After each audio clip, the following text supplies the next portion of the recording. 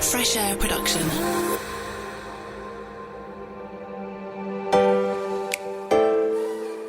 Hi, and welcome to Fresh Ears from Fresh Air Production. Every brand has a story to tell, and every business has stories that can be told without pictures.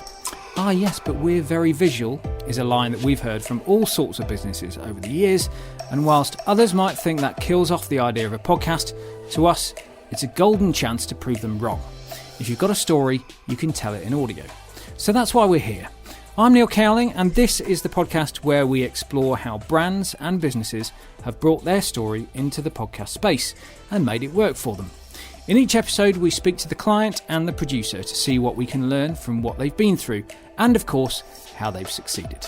Fresh Air specialises in branded podcasts, so you'd think we know what we're talking about, but it's amazing how this half an hour of dissecting what we do can teach us all something new. In this episode, we're exploring the classic round table debate format with one of our most niche podcast series for one of our longest running and biggest clients, Allianz Insurance, with their podcast Insurance Tomorrow. All of these different changes in terms of how people use their property, how their employees work, what new risks are emerging as a result of leveraging these technologies are all things that we as an industry need to understand and make sure we're there to provide the appropriate support, products and services that can enable these companies to leverage these advantages, but with the security of knowing that there is insurance behind them where appropriate to support that goal. So how do you use podcasts to deliver content that one specific set of people really love? That super served set in this instance being insurance brokers.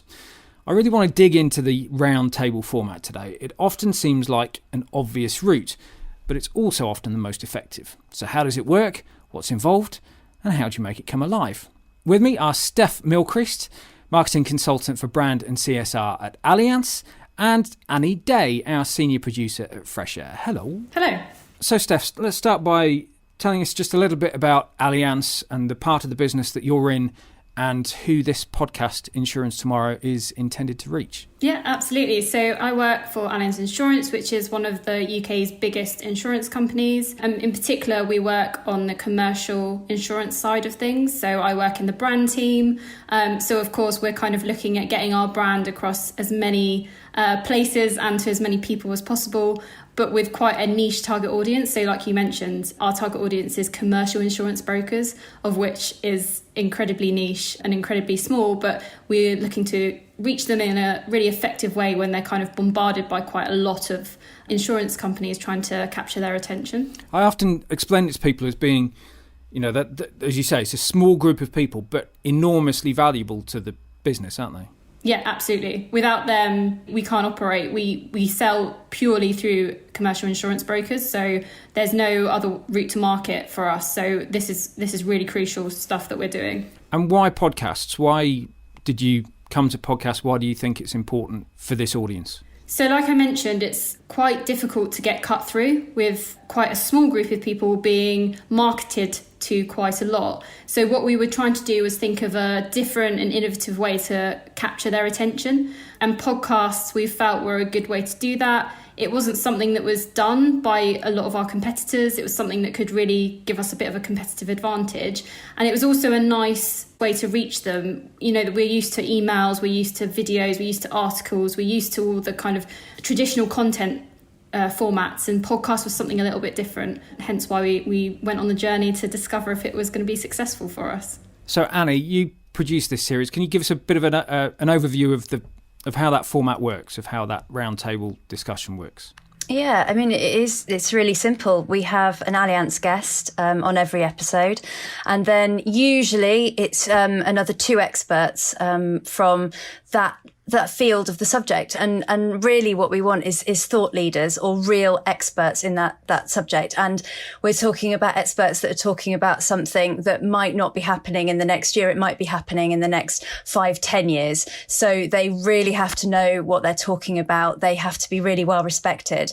And we're basically having a conversation that's guided by a presenter. So we're asking them questions that are going to bring out the best of their expertise. It's it's quite a specific time. So we're looking at around 20 to 25 minutes. They're usually no longer than that, although some of the subjects are quite difficult. So you're trying to condense quite challenging subjects into quite a short space of time.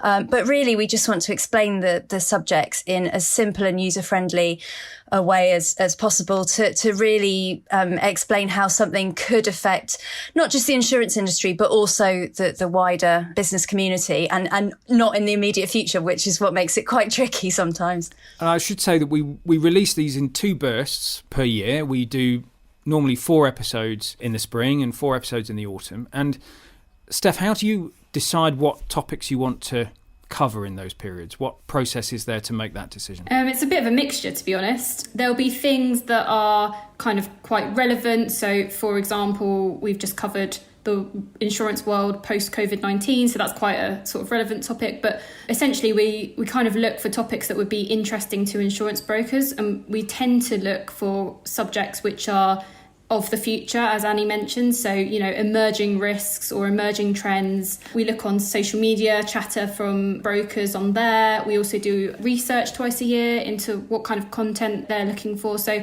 it's a real mix of ways to gather subjects, and we kind of get quite a nice mixture of topics throughout the year to make it really interesting. So we're kind of keen to kind of cover a lot of bases on the podcast, really. And we do quite a lot of roundtable discussions. It's fair to say that a lot of clients come to us and want some sort of panel debate. And that ranges from clients who say, we've got all our guests in place, we just want you to come and record it, or set up the process for recording and editing it. And then we have other clients, a bit like yourself, who sort of say, here are the topics and here's some suggested guests, but how you put that panel together is a bit more up to you. Annie, can you explain how that works from your point of view? How does that pre-production process work once Steph has said we want to talk about the future for automated vehicles, for instance? Yeah, so it's quite nice for me because they do give me the topic. They give me the Allianz guest as well. And then, as you said, they give me some suggested guests. But I quite often go away and do my own research as well. And we're talking about topics that I'm often coming to completely fresh. So I think Allianz introduced me to AI, autonomous vehicles. I know more now about cyber insurance than I ever thought I would. So I go away and just basically try and get guests who I think are going to be interesting and also add something to the conversation. And I speak to them, do briefing calls, and then try and shape the episode around what I think they're going to say. And it's a bit of a mixture of contributors. So from the outset, Allianz introduced me to people like BIBA, who are the British Insurance Brokers Association. And they have been quite a key guest thread throughout all the series that we've done. They're key to the broker industry. They talk to brokers all the time. They talk for brokers. And so they're great as guests. They know what they're talking about. And so somebody like BIBA, we keep going back to every series. They can't take part in every single episode, but if they've got a good knowledge base, then they're fantastic to really get the conversation going. But it could be somebody who works in the industry. So, for example, IBM, we've spoken to, I think they were on for autonomous vehicles. They're working in the industry day in, day out. So they're really, really well placed to actually discuss some of the topics. And often they are very technology based. And then there's sort of a third strand that I look for, which is often consultancies. So people like EY, KPMG, they've often done really detailed research, and they've often got an insurance arm as well who they've done research with. And they're really useful to approach because they can give you a much wider expertise on the topic. And when I'm coming at a subject, I always try and think big to begin with. So, from Allianz, you've got the insurance angle. If you're doing something technical, you want somebody who can explain the technology in a really user-friendly way without dumbing it down. But if you can then get somebody to do an overview that tackles insurance and business, then that works really well. And then really it's pulling those guests all together.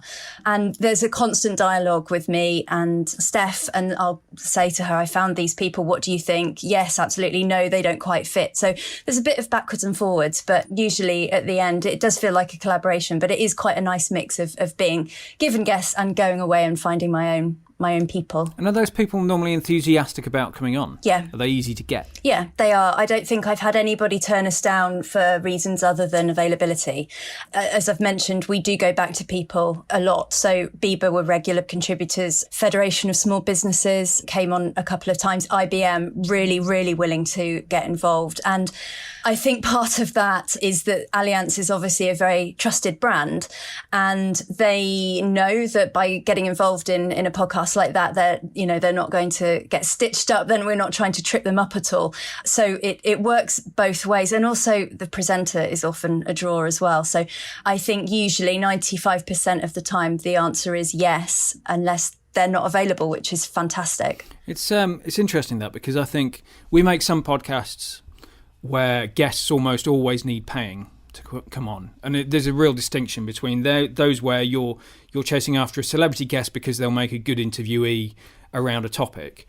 But with this sort of podcast, these people are coming on because they want to contribute to the discussion, and it's also good for their network, isn't it? They want to be seen to be on it. And some of the people that we've approached are quite small organisations. So we approached a small organisation called the Broker Network, and in comparison to Bieber, they are much smaller in the industry. So to approach them and invite them on, they were really, really thrilled to come on. It got their voice out in a way that, as Steph was alluding to before, it's not just an article. You were able to hear their guests speaking. And yeah, they were delighted to be invited. So it is a case of sometimes you are going for the really big guests. You know, IBM are one of the biggest leaders in technology in the world, to going to those slightly smaller contributors. And you've revisited topics as well, haven't you? So cyber, for instance, these topics move on and you come back to them. Is that something you think you'll continue doing? Yeah, absolutely. So I think that's almost the beauty of this, is that we can continue updating them. So for example, you've talked about cyber. I think autonomous vehicles will probably be a topic that we'll start talking about again. So I think we did that as one of our first series. So I think we've been going for nearly 2 years, maybe 2 to 3 years now. So there's definitely updates to those topics that we covered in the first and second series. So it's great to be able to then revisit them and give the kind of updated knowledge and detail around that subject. So I think it's definitely something we'll continue to do, and it's nice to be able to do that. And how much does the topicality matter? And we've done some episodes like Brexit back a couple of years ago, which now seem hilariously out of date. Does that matter, or is it those are sort of short-term episodes, I guess? Yeah, I guess it's quite nice to have a mix, I think. So I think generally most of our episodes are quite future looking, and those are quite nice, but then it's also good to kind of have ones that are relevant for now. So we just talked about, Brexit is was a very specific example of that, where I think the information probably went out of date faster than we were recording. But world post COVID-19, again, that will be sort of relevant for a certain period of time. But it's quite important information. It's things that our brokers want to hear about. So it's important that we kind of cover a mix of both, I think. It's fair to say, isn't it, the impact of COVID has been quite widespread. So what impact have you seen on the insurance industry, Simon? The pandemic has had the effect on the insurance industry of driving a level of disruption that hasn't been seen. We obviously have major events in a normal course of a year, so a sort of a big storm or something like that. But this is on a different scale. So the impact has been very widespread. It's driven a greater focus, I think, on customer service and making sure we've been able to maintain that. I think it's also had the impact of creating some tricky reputational issues for us as an industry that we're going to have to work hard to overcome over time. But I think it's also enabled the industry to develop quite quickly some of the aspects of the way it operates digitally at an accelerated rate. So I think a lot of the industry has surprised itself by how it can respond. And I would expect to see a faster pace of change as a result of that in a very general sense. Annie mentioned that we have one guest in each episode who is from Allianz, so you will probably normally nominate the most senior person that you can find, really, on that topic. But I know that neither you or we want it to just sound like a party political broadcast from Allianz. So how do you manage that? How do you stop your own Allianz people from just preaching the Allianz word all the time? I think great briefing from Annie is probably the key. But generally, I think they're quite interested in their topic. So it's not necessarily always the most senior person. We just try and find the person in the business who has the most expertise on the subject. And luckily for Allianz being such a huge company with quite a wide-ranging area of expertise, we usually are able to find someone who's quite knowledgeable about the subject. And that doesn't necessarily mean it has to be about insurance. But as part of a panel discussion, and again, mentioning the briefing, they're kind of quite used to being part of that wider discussion. We're talking about it from a much bigger thing than just looking at it from the narrow insurance view. And they all kind of keen to take part in that and get the word out about that subject. So I think they're quite happy that we're not doing a party political broadcast for the Allianz party. We're making sure that they're all spreading the word together about whatever the topic is. Just to add to that, I think what's also nice is that they're not on their own. So they're in it as a team. And when I'm setting them up with the brief, I always say to them, your expertise is insurance. Your expertise is not necessarily how an autonomous vehicle works. So it's really important when I'm trying to set the guests up that you've got that balance across, because you don't want to put an Allianz guest on the spot and get them to explain everything. So the fact that we've got 3 different guests means that hopefully they can all bounce off each other. And where one person has strengths in one area, they may not have strengths in the other, but hopefully with the presenter guiding the conversation, nobody's left to flounder or answer questions that are just not fit for their expertise. So Annie, just for a second, just talk us through that briefing process, because that's a bit mysterious for people sometimes, I think. How you get from, okay, these are the guests we want, they've said yes. How do we get from that to creating a brief for the presenter and a script with a structure? How does that process work? To begin with, I have to have some knowledge of the topic before speaking to them. It's not in-depth knowledge, but I like to go into the conversations with an idea of what they might be able to talk about. The whole point of the brief is to basically tease out the subject areas that they're strongest on. So, for example, when I was talking to one of the other guests for 5G, the Allianz guest, he was very specific about, you can absolutely ask me this, but this isn't my subject area. So the brief is, it's as valuable to find out what they can talk about as what they want to steer clear on. And really it's me sitting down on the phone for, it can be up to an hour and just having a chat. And I've always got a set idea in my head of the sort of questions that I want to ask, but you never pin yourself down to a script on the phone in a briefing call, because you never know where the conversation's going to go. And sometimes you have a conversation with, usually I try and speak to the Allianz guest first, and sometimes I have those conversations, and it's those conversations then leading me to another guest. So I might go back to Steph and say, actually, this area is much stronger than I think we realised. We should go down this alleyway. And you use those conversations to pull together some notes that formulate the questions. And as I said earlier, you're trying to, it's all about storytelling. And also you're pulling that together for the presenter. So it's really important that any notes that I'm getting, the presenter will then be able to read and think, yeah, I've got this subject. I understand what these guests can talk about and what this subject means and why it's important. Talking about presenters, we've had 2 presenters now for this series. One was Nick Hewer, who was our longest standing presenter, obviously formerly of The Apprentice, and brought a sort of authority and seriousness and a level of experience to it that definitely brought guests in. We've just switched in this last series to Steph McGowen, who obviously has a profile of her own, is a very different type of presenter to Nick. What benefit, because obviously there's quite a lot of cost to Allianz, to be frank, in bringing in a celebrity presenter or a presenter with some sort of profile. What do you think that brings to the podcast? Why is that important to you? Well, one is, like you said, a bit of weight behind it, because we want someone to be interviewing them that kind of has a little bit of background and a bit of expertise to bring to the table. And it's quite nice that they understand the conversation. Guests, I think, is another thing. Like Annie mentioned, sometimes that can be a bit of a draw for guests, being interviewed or being part of a round table conversation with someone with that kind of celebrity background is sometimes quite a nice draw.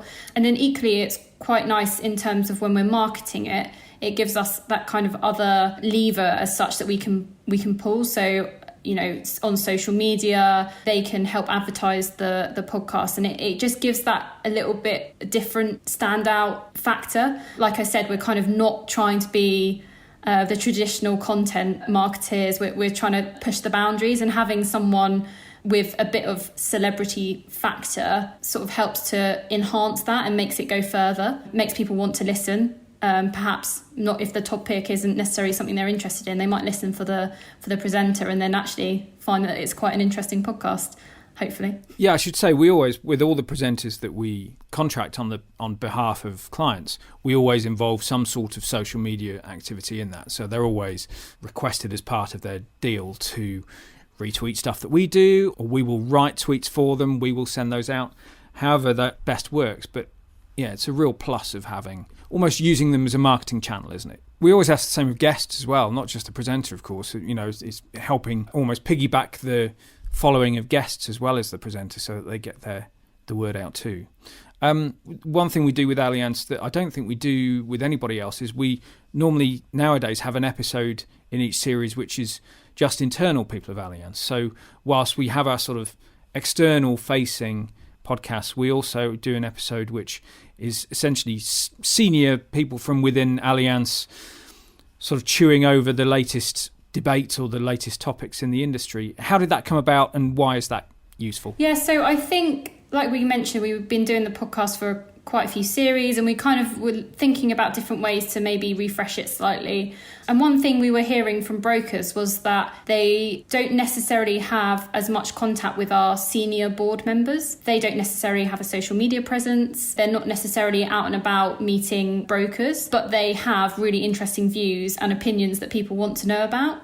And therefore we thought it would be really interesting to see if we could get a roundtable discussion of our senior management board members talking about quite topical trends that were happening in the industry right now. And it kind of gave them a way to connect and understand what was going on at their level in a kind of different way to just, say, an email or a brochure would. And we obviously, as part of that, included a bit of a personal side of that. So, like, for example, going back to the world post-COVID-19, we talked about how it's impacted their own personal lives, what's happening with their working from home situation. So it just gives them a little bit more of a platform, whilst giving our brokers a bit more from us that perhaps isn't available elsewhere. So we've dug a bit into Annie's side of things on the research and the prep. Just talk us through a bit how it works at your end once we've recorded. And I should say that the way we deliver it to you at that point is we send you an MP3 and a transcript of what's been recorded of that first cut. What's the process internally for then feeding back to us on what you'd like to keep in and what you'd like to take out? Yeah, so I think we usually record for around 40 minutes and we try and get it down to around 20-25. So generally at first port of call is us just going through and kind of slimming down and getting rid of some of the questions and discussion that we don't necessarily want to include.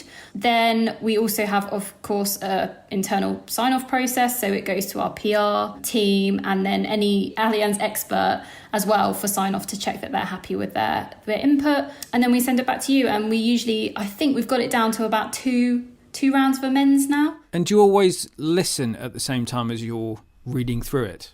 And that sounds like a weird question, but I think some clients kind of just read the transcript rather than listen to it as well. No, definitely listen, because I think you don't get the flow from the transcript as well as when you're listening. And so sometimes you can cut out a bit of section which in the transcript doesn't look necessarily vital, but when you're listening it disrupts the flow. So I would always listen to it with the transcript in front of me.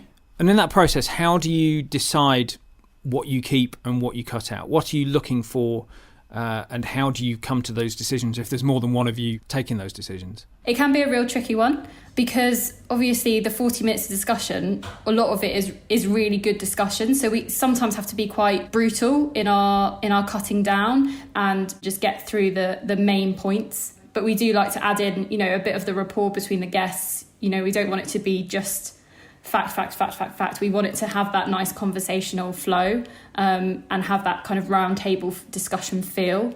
And Annie, as a producer, because you come from a radio background, a journalism background, so you obviously have opinions as to what should stay in and come out. But at the end of the day, Allianz are paying for it. They're the client.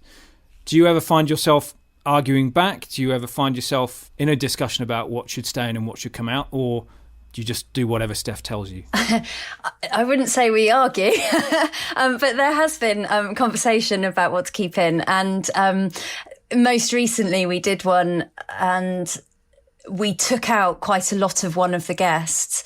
It wasn't really apparent to Allianz listening back initially until I literally sent them a screen grab of what the sound waves look like. And I was able to really simply say the blue bits of audio are the only bits that you've got of that guest. And I think you probably need a little bit more of them. And so seeing that visually makes quite a difference, I think. And so they were able to go back and say, actually, yeah, let's put a little bit in.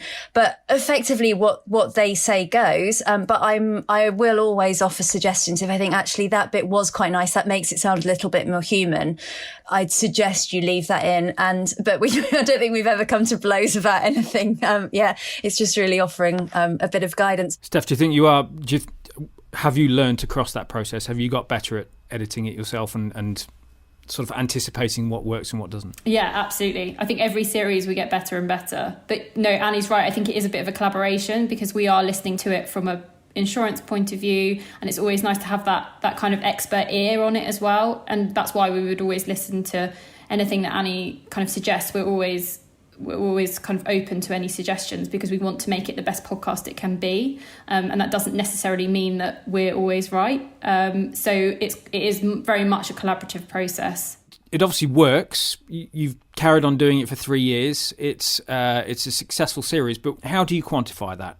How do you know whether it's worked or not? So our key metrics are really awareness and consideration. So we have surveys twice a year, which tells us our consideration and awareness levels within our broker audience. And generally we've maintained or increased those over the last 3 years. And of course, we're kind of looking at listens as well. So how many listens have we got per series? It also helps us choose topics. So helps us understand which topics are interesting to brokers and which ones we should cover again. But generally, we would look at our awareness levels, and that would help to determine whether the activity we've got going on in that year is impacting that. And how do you promote it? How do you let people know about it? So we do Acast advertising that runs whilst our podcasts release. So we release over 8 weeks every 2 weeks. So the Acast advertising is done throughout that time. And then we also do paid social across our own corporate social channels. And then, like we've mentioned, we do the organics as well. And then if anyone's come on, so for example, Bieber are great at sharing our podcasts if they're a guest. So we try and tap into that as well.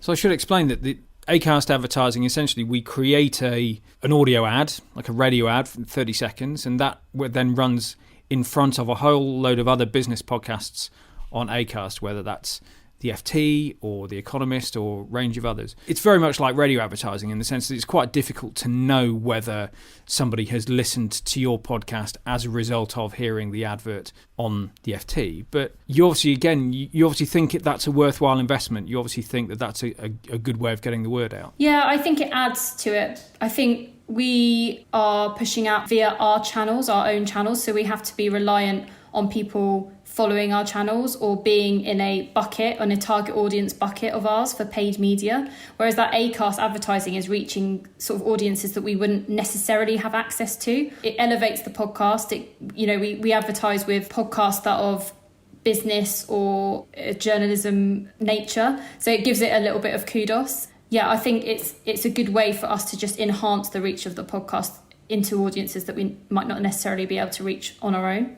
So Annie, tips and tricks for creating a world-beating panel discussion, please, from a producer's point of view. It's all down to the guests. The presenter's important as well because they are guiding the conversation. But if you've not got guests that know what they're talking about and can explain really clearly what they're talking about, you're really stuck. So you want guests that know their field. You want guests that, as Steph said, you want guests that have got a bit of kudos about them as well. So big names is really nice, but not essential. And also you want guests that that communicate well with each other. It is a conversation. We try really hard to get them to interact with each other. And some of the best podcasts that we've done are the ones where they don't necessarily interrupt each other, but you just get that interaction between them. So a topic's important, but really it is what the guests can contribute, because they've got to sound like they know what they're talking about and they're trustworthy, because what they're saying could be the difference between them using Allianz and not. And Steph, from your point of view, anything that you would say to other people who are looking at doing a similar style of podcast? Why is it working for you, and what would you pass on?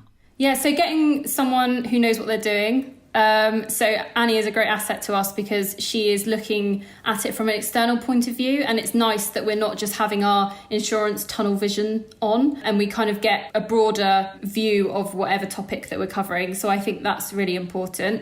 Briefing your guests, so understanding, whatever it is that your objectives are. So ours isn't necessarily a sales pitch for Allianz, it's a conversation, so making sure they're aware of that, and then just making sure everyone's comfortable. I think that's one of the key things, and obviously it's massively changed with now we're recording remotely, but when we were in the studio, making all the guests feel comfortable, try and get them talking beforehand, getting them introduced to each other so they've got 5 minutes to kind of understand what their different areas of expertise is. That really makes a massive impact. If they go into the studio kind of cold, obviously that's always going to be a bit more tricky. And then the final thing is presenter. So I think we found having someone, for example, like Steph, who is really great at getting everyone to be involved in the conversation, really good at keeping the flow.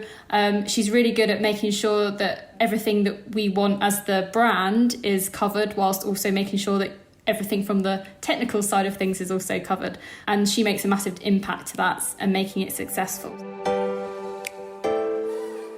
Thank you very much to Steph Mylchreest, marketing consultant for brand and CSR at Allianz, and Annie Day, our senior producer for Fresh Air. Insurance Tomorrow is a case study we talk about so much with potential clients. It's super serving your target audience in a way that no other medium can. If you'd like to find out how your brand can benefit from having its own branded podcast, you can find us at freshairproduction.co.uk. For now, from me, Neil Cowling, thank you very much for listening, and goodbye.